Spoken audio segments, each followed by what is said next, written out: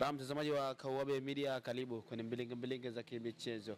Mbele yako ni mchambuzi wa masuala ya kabumbu Dr. Daniel, na mtumia kwenye masuala mbalimbali yenye ukakasi, ambao leo hii tunaenda kupita na swala ambalo limezua gumzo kwenye vichwa vya habari mpaka hivi sasa, ligi yetu na waamuzi au ligi yetu kwa ujumla. Dr. Sasais. Salama, kwema. Kwema. Za siku. Mungu anasaidia. Uko vizuri? Niko vizuri. Nambe. Dr. tuanze ile swala la waamuzi, pengine imekuwa ni kilio ambacho mwarobaini wake haujapatikana. Tuanze na swala la mwamuzi. Kuna dosari ambayo ligi yetu itapata juu ya swala la mwamuzi, manake mwarobaini hujapatikana, vilio vimekuwa vingi, TFF na bodi ya ligi hawajatoa tamko lolote.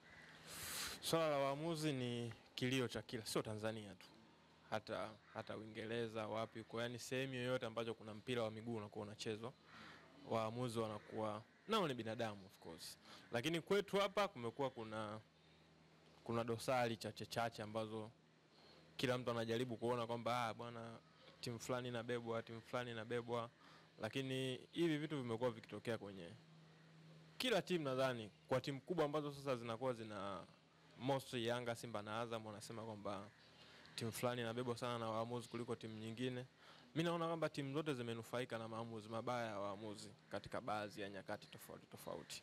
Kwa hiyo kila mtu of course ana haki ya kulalamika, kwa sababu baadhi ya matukio ambayo yanatokea hauhitaji kuwa mwamuzi mwenye, yani hauhitaji kuwa mwamuzi mwenye baji ya FIFA au mwenye nini kusema kwamba lile tukio litakiwa liwe kitu fulani au lile tukio litakiwa liwe kitu fulani.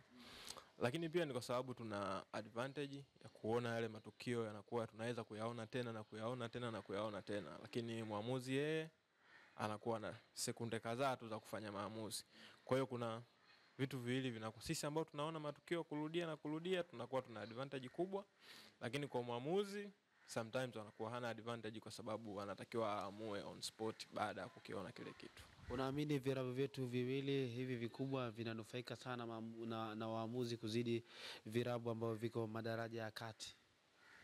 Sio kwa asilimia kubwa, lakini kelele za uamuzi zinaanza pale ambapo timu kubwa moja inakuwa imenufaika na maamuzi mabaya refa mwingine.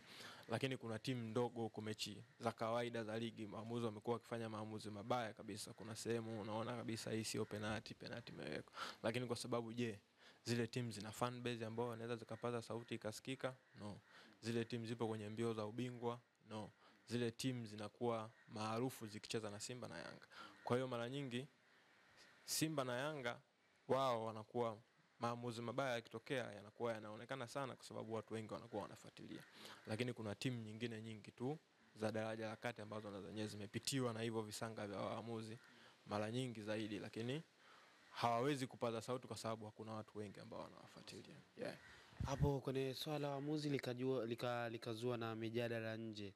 Pengine bodi ya ligi na TFF wangetoa tamko juu ya vitu ambavyo vilikuwa vinaendelea mwanzoni kwenye ule udhamini wa virabu 6 kwa mdhamini mmoja, pengine ndo imekuja kutia dosari paka kwa waamuzi. Maana kuna watu wanaamini yule anaodhamini vile virabu anapata kama mseleleko slope fulani hivi, na upande wa pili kitokana na hilo watu wakawa na chakata wakasema ubaya ubwela kwa marefa.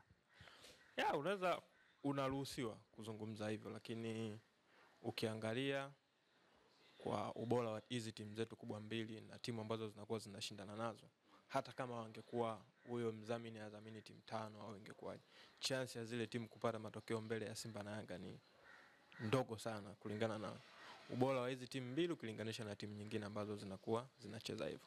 Lakini hayo maneno yanakuja pia baada ya kuona matukio mengi yanakuwa yanatokea kwenye baadhi ya timu, so wamekata pande. Wamesema kwamba kuna upande ambao unaamini kwamba umechukua marefa na kuna upande ambao unaamini kwamba umechukua timu kabisa. Lakini ukiangalia, mimi nadhani hatuna waamuzi bora.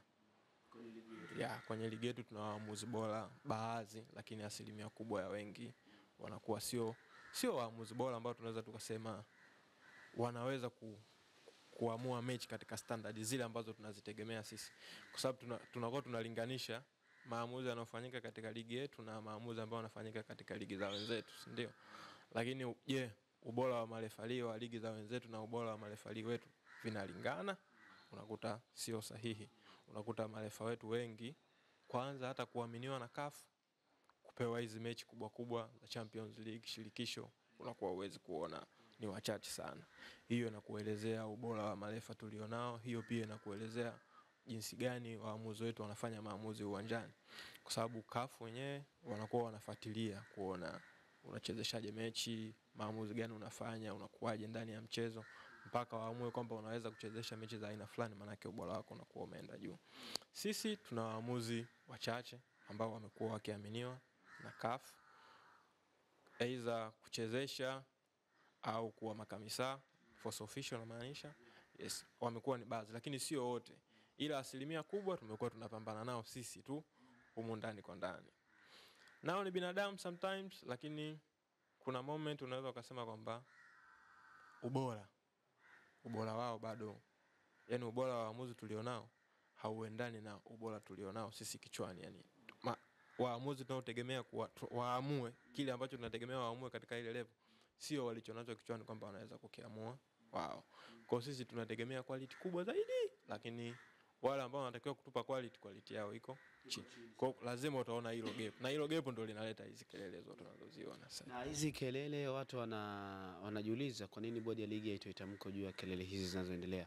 Unaona kukaa kimya kwa bodi ya ligi pengine inazidi kuchochea hisia za wapenda soka hapa juu ya hicho ambacho kinachoendelea. Yes, bodi ya ligi hawawezi kutoka hadharani kuwakataa marefa. Nadhani wana njia zao wenyewe za kama kuna maamuzi, wana njia zao za kufanya kutoa maamuzi juu ya marefa. Ndio maana wanakuwa na wale watu ambao wanafanya assessment ya match kuona kwamba kuna viashiria fulani labda vya kitu fulani. Lakini